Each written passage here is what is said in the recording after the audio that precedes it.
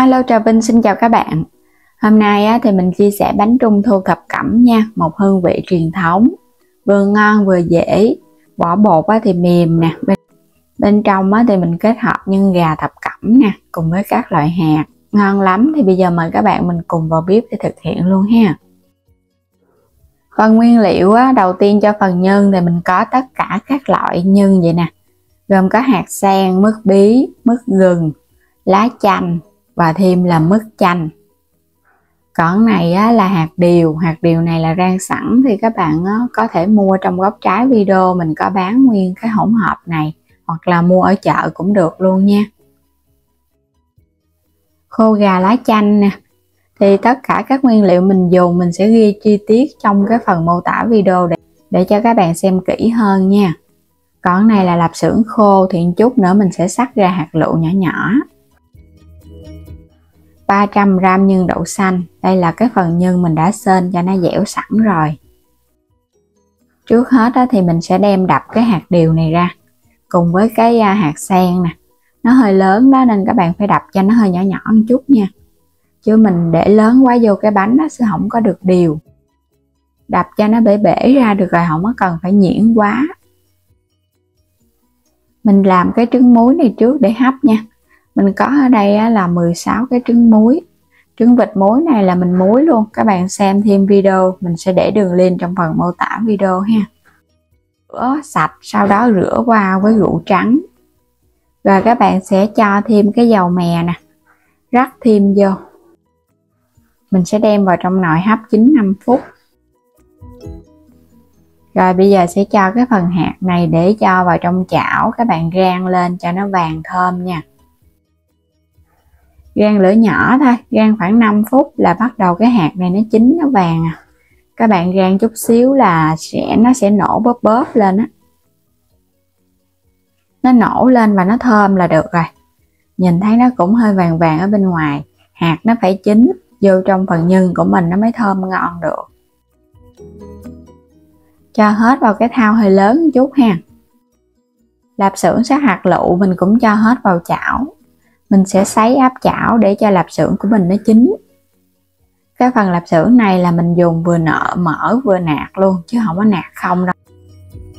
Nó chín nó ra phần mỡ vậy là được rồi nè, cho vào trong thau luôn. Rồi các bạn cho tiếp cái phần hạt hồi nãy mà mình đập nhỏ nhỏ vô nè.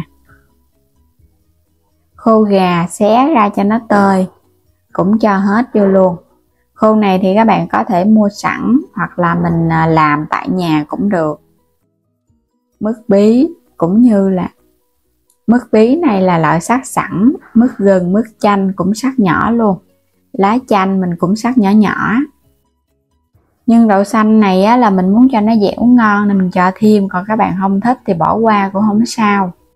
Mình sẽ cho vào trong này khoảng 4 muỗng canh bột nếp chín, bột bánh dẻo để cho nhân nó kết dính, cùng với 2 muỗng canh rượu mai quế lộ nữa nha, cho nó thơm và cũng như nhân của mình nó sẽ ẩm hơn á. Khoảng 2 muỗng canh dầu hào. Rồi mình cho đây là cái nước đường nè, nước đường làm bánh nướng cho cái vỏ bột đó. Các bạn cho khoảng 2 đến 3 muỗng canh ha, cho từ từ thôi rồi mình trộn. Nếu như mà thấy nó có hơi khô thì các bạn có thể cho thêm vài muỗng nước. Tại vì ở trong này đã có nhân đậu xanh á, nó cũng có độ dẻo nên đừng có cho nước nhanh quá. Mình nhồi xong thì mình thấy nó sẽ dẻo và nó mềm tay. Nếu nó khô là phải cho thêm nước thì nhân ra nó mới ngon. Chứ các bạn làm mà nó khô quá không ngon. Mình hấp cái phần trứng cũng chín rồi nè, hấp 5 phút là nó chín nè. Đừng có hấp lâu quá nó cũng bị khô ha. Rồi bây giờ mình để cho nó nguội đi. Tiếp theo là mình có cái phần bột. Mình dùng ở đây 550g bột mì đa dụng hay là cái loại bột hoa ngọc lan này nè.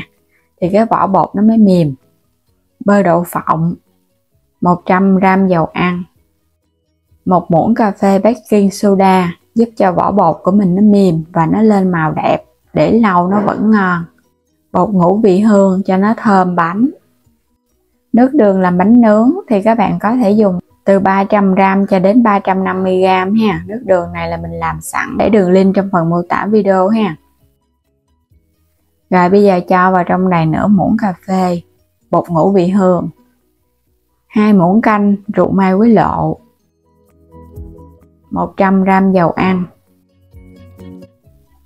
Mình dùng trước ở đây là 350g nước đường hoặc là mật ong. Nước đường thì các bạn thắng cũng nhanh lắm, mình thắng cũng dễ lắm, nước đường nó sẽ thơm hơn mật ong. Bơ đậu phộng mình múc vào trong này khoảng 1 muỗng canh ha. Bơ đậu phộng thì giúp cho cái vỏ bột của mình nó thơm và nó bóng mềm. Khi nướng bánh lên bánh của mình nó dậy cái mùi bơ á, nó thơm ngon lắm. Trộn đều lên. Rồi mình sẽ cho bột vô luôn nè. Đối với cái vỏ bột này các bạn không có cần phải nhồi. Sau đó thì baking soda 1 muỗng cà phê khoảng 5g nha. Mình trộn đều. Hoặc là nếu không dùng baking soda thì các bạn dùng cho mình 1 muỗng canh nước tro tàu, cũng giúp vỏ bột mềm. Trộn đều thì mình thấy nó ngấm đều phần nước vậy nè.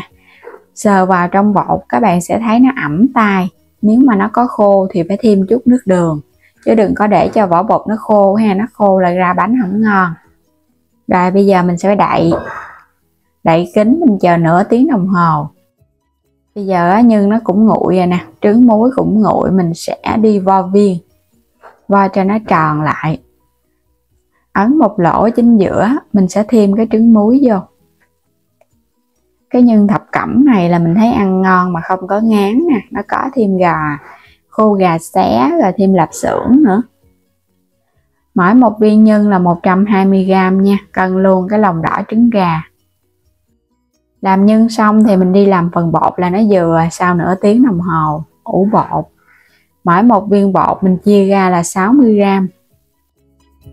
Mình cứ chia hết đi chút nữa mình cán ra mình gói nhân à. Dùng ở đây là cái miếng giấy dầu. Các bạn sẽ lấy từng viên bột để lên. Cái phần bột này là mình làm được 16 cái bánh. Các bạn cán mỏng ra ha. Là cái bánh mình dùng là 180g á. Cứ 2 lượng nhân 1 lượng bột là cái bánh của mình nó ngon. Cán ra nó bóng vậy nè. Các bạn sẽ lấy rồi cái mình gói nhân nha. Đối với cái nhân thập cẩm thì gói rất là dễ. Tại vì cái nhân nó cứng á, nó không có bị mềm giống như là nhân ngọt, nên là gói cũng nhanh lắm. Cứ túm sát cho phần bột nó bao phủ nhân là dễ à, không có bị ló ra bên ngoài đâu. Rồi vo tròn lại, mình sẽ lăn cho nó hơi láng chút ha. Cũng làm tương tự những cái phần bột còn lại, mình làm hết luôn. Gói nhân xong thì in bánh. Khuôn hôm nay mình dùng là cái khuôn 180g là so ha. Các bạn bấm vào góc trái video hoặc là vào phần mô tả video để mua ủng hộ mình. Phủ sơn lớp bột mì khô vào trong khuôn và vào trong cái viên bột luôn. Vo tròn lại để chống dính á. Khi các bạn in ra cái bánh của mình nó không có dính. Xong rồi bây giờ mình sẽ cho vào khuôn mình in nè. Đè cho nó sát xuống nha. Rồi mình bắt đầu mình in ra cái miếng giấy dầu ở bên dưới luôn. Để chống dính thì mình nướng bánh không có dính. Đè sát xuống rồi hãy mở ra. Các bạn dỡ nhẹ ra nha. Mình làm đầu tiên là cái khuôn hoa sen nè. Thì nó có 4 mặt hoa văn, các bạn có thể tùy chọn. Rồi cái in tiếp ha. Cái bánh thứ hai. Làm xong 4 cái thì các bạn sẽ cho vào cái nồi chiên mình nướng trước, rồi xong rồi mình hãy in tiếp để nó rút ngắn thời gian. Mình sẽ nướng lần đầu 10 phút 180 độ C ha. Kết thúc lần đầu thì mình lấy bánh ra. Bánh lúc này còn nóng, các bạn sẽ xịt nước để cho bánh nó nguội và cái mặt bánh nó không có nứt. Hỗn hợp quét mặt bánh thì mình có một lòng đỏ trứng gà cùng với dầu mè. Thêm muỗng cà phê rượu mai quế lộ nữa ha, trộn đều lên. Khi bánh nó nguội thì mình hãy quét. Quét thì các bạn quét một lớp mỏng ở bên trên mặt bánh, nó sẽ tạo cái gân bánh. Nhìn nó đẹp lắm. Rồi bây giờ cho vào trong lò mình nướng tiếp lần 2. Lần 2 thì các bạn chỉnh 10 phút 160 độ. 2 lần nướng là 20 phút. Bánh của mình bây giờ nó đã chín rồi nha, mình sẽ lấy nó ra. Nhưng mà cái đế bánh nó chưa có vàng nên là cho vào trong chảo chống dính. Các bạn sẽ nướng trên bếp ga thêm khoảng 5 phút nữa cho đế bánh nó vàng. Bánh đã sẵn sàng. 4 cái bánh hoa sen đầu tiên mình lấy nó ra rồi để yên cho nó nguội. Rồi cái mình nướng tiếp những cái bánh còn lại nha. Trong thời gian mà các bạn nướng ở trong cái nồi chiên á thì mình cứ in bánh tiếp, lấy cái này ra là mình nướng tiếp cái khác. Bánh của mình nướng xong thì cứ để yên chờ cho bánh nguội. Qua 1 ngày thì bánh của mình nó mới ngon nha. Nó lên cái dầu cũng như là cái vỏ bột nó có màu đẹp. Bánh sau khi mà mình để 1 ngày thì mình ăn mới ngon. Bánh lúc này nó lên màu đẹp lắm rồi, các bạn sẽ cho vào trong hộp để mình bảo quản. Có cái gói hút ẩm thì mình để bên ngoài được 2 tuần lễ. Còn nếu mà không có gói hút ẩm, các bạn cứ để vào trong hộp thì mình để khoảng 10 ngày nha. Nếu lâu hơn thì cho vào trong ngăn mát tủ lạnh ăn từ từ. Bánh rất là thơm, bóng dầu, màu sắc cũng đẹp nữa.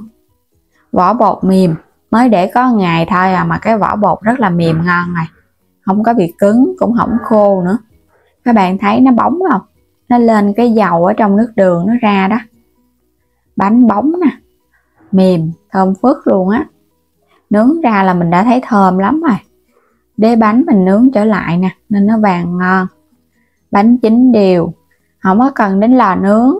Nồi chiên á, thì mình thấy ai cũng sẽ thực hiện được bánh trung thu ngon tại nhà. Bây giờ mình sẽ cắt ra cho các bạn xem nha. Bánh nhân thập cẩm là mình thấy bánh rất là dễ làm, mà cũng nhanh nữa.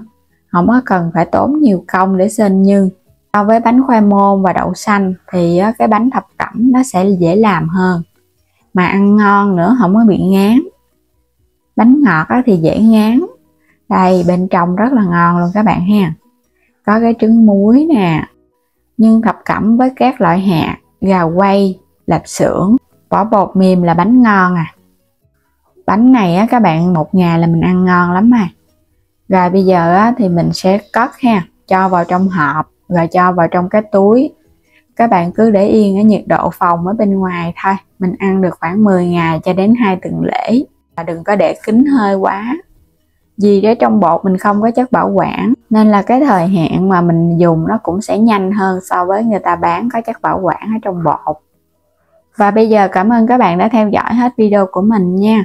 Nếu chưa đăng ký kênh thì vui lòng đăng ký ủng hộ kênh Alo Trà Vinh và Alo Trà Vinh 2. Và mua thêm các sản phẩm thì mời các bạn bấm vào góc trái video hoặc là bấm vào phần mô tả video để xem thêm và mua ủng hộ mình ha. Bây giờ xin chào và hẹn gặp lại các bạn ở những video tiếp theo.